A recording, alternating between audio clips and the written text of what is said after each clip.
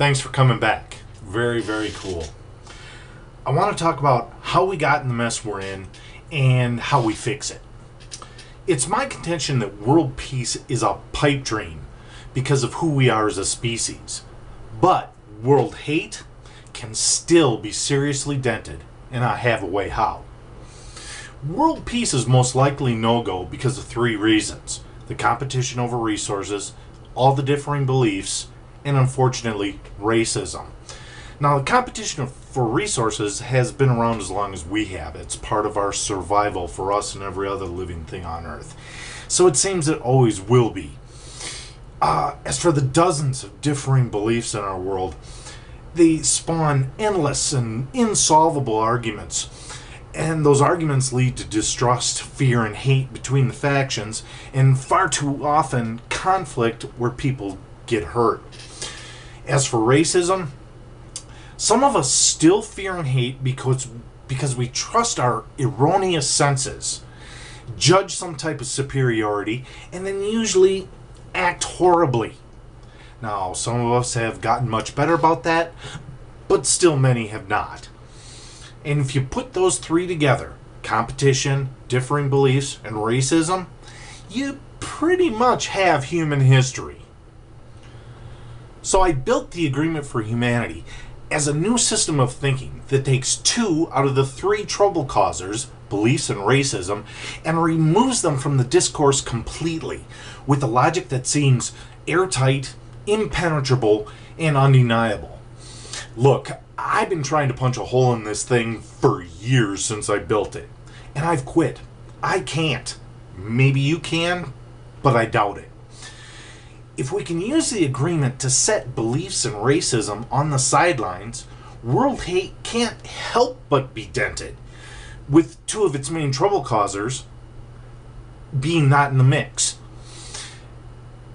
So that when we do compete and conflict over resources, it won't be with these other two avoidable problems in the mix. With less hate and fear from differing beliefs and racism, the jump to killing one another will be a much farther one. If we're not hating or not afraid, we're not killing. Well, not as much anyway, I hope. We won't have a perfect world, but it'll be one damn sight better than the one we have now. The Agreement for Humanity has two main parts: its operating theory and its points. The operating theory I've named the theory of general pragmatism. Now, if that sounds imposing, it is so not. There's absolutely no math, and it's worded so easily that little kids could get it. The 11 points follow the theory, and they redefine every part of the human condition with general truths that can work for everybody, as in every human on Earth. And I did all that in 180 simple words.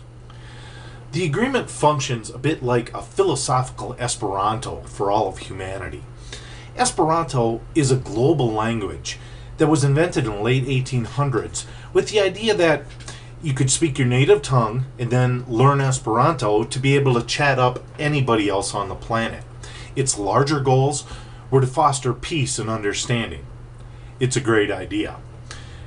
The agreement works a bit like that because it's an addition or an addendum to what anybody currently believes.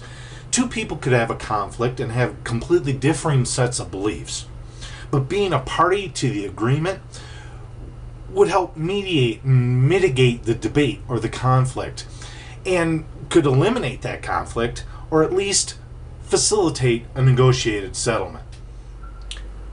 Now, here's a quick list of what is tackled, addressed, and I think solved by the agreement.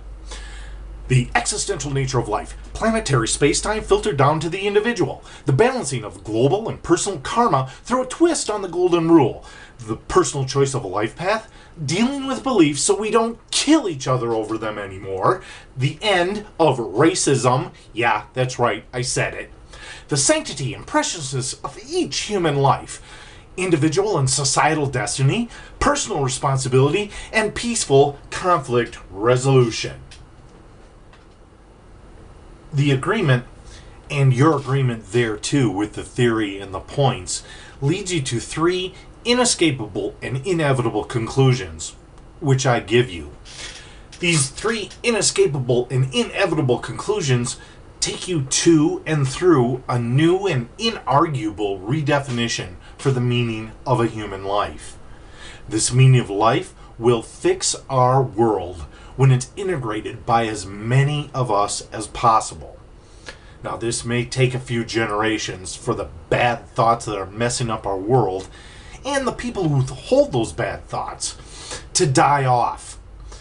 But this school can spread. This way of thinking can happen now faster than at any other time in our history with the internet. If we start now, we still have a chance, babies. We can figure this out.